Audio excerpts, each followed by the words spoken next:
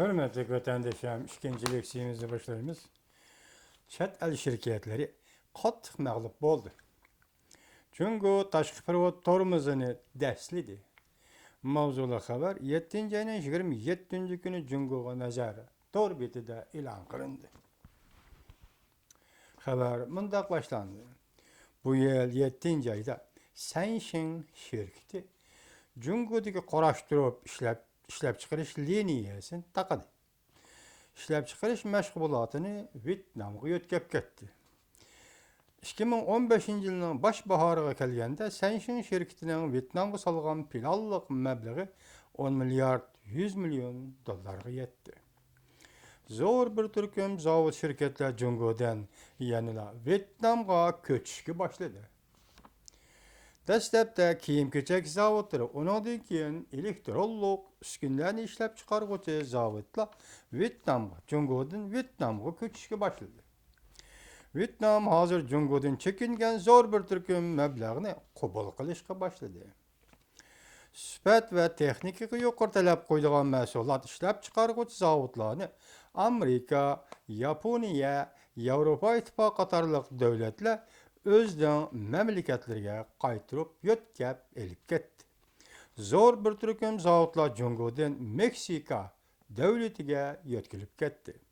Texnik təlpi ancha yuqori bo'lmagan mahsulotlarni ishlab chiqaruvchi zavodlar Sharqiy Osiyo, Hindiston qatorliq davlatlarga yetkilib ketdi.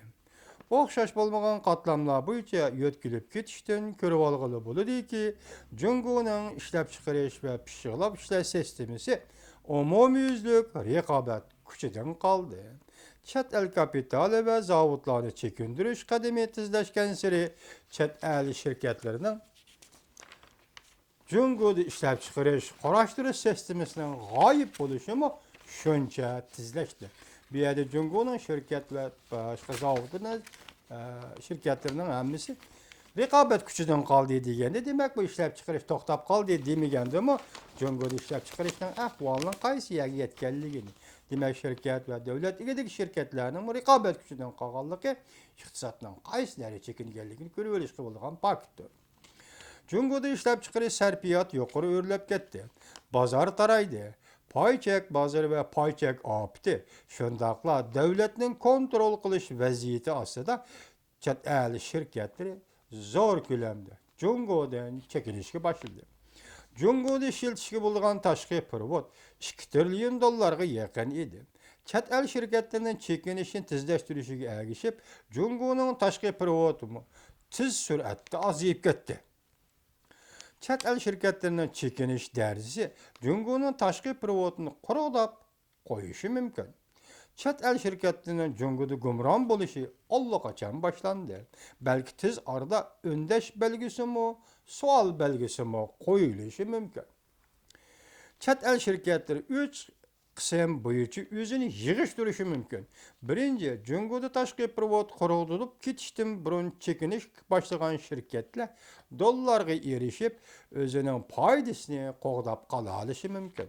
Ikkinchi, Jungoda pirvot tugagandan keyin chekinishga boshlagan shirkatlar dollarga erisha olmay, qo'lidagi Xitoy puli qog'ozga aylanib ketishi mumkin. Jungo'ga salgan mablag'i algan foydasi bu şirketlerinin ko'z yumib boshqacha bo'lgan vaqt ichida butunlay gumron bo'lishi va g'oyib bo'lishi mumkin. Uchinchi, Jungo hukumatiga va Xitoy shirkatlari qarz bergan trillion dollar va mablag' qarz berish vaqti uzun muddatli bo'lganlikdan burundan qarz berilgan mayli boshqa davlatlar va banklardan qarz berilgan trillion dollarga vaqt uzun bo'lganlikdan Jungoda tashqi pirvotning quruqlab ketishiga ergishib, pak-pakiz tugab ketishi mumkin. Jungoliklar 10 yil mangan Jungo yo'li qarshi birgan chiqib turgan aylarda ko'rgan tatliq cho'shga o'xshaydi. Diqqat.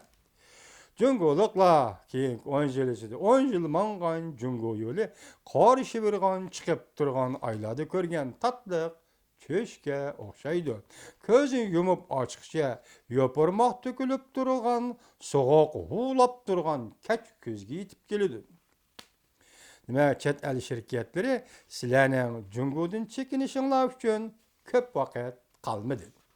Deydi ki, gözün yumup açıkça yoparmak dökülüp Cungo cemiyeti, gözün yumup açıkça yoparmak dökülüp durgan kaç gözün soğuk ovalara duç keledi. Chet el şirketleri sizlarning Cungo'dan çekinişinglar üçün köp vaqt kalmadı. Maqalning avtori Wang Shangyi. Bu maqalning bosh titoniga qistirilgan karikatura rasmda kulib masxara qilayotgan bir ayolning surati, bir hazo ayolning surati tushirilgan.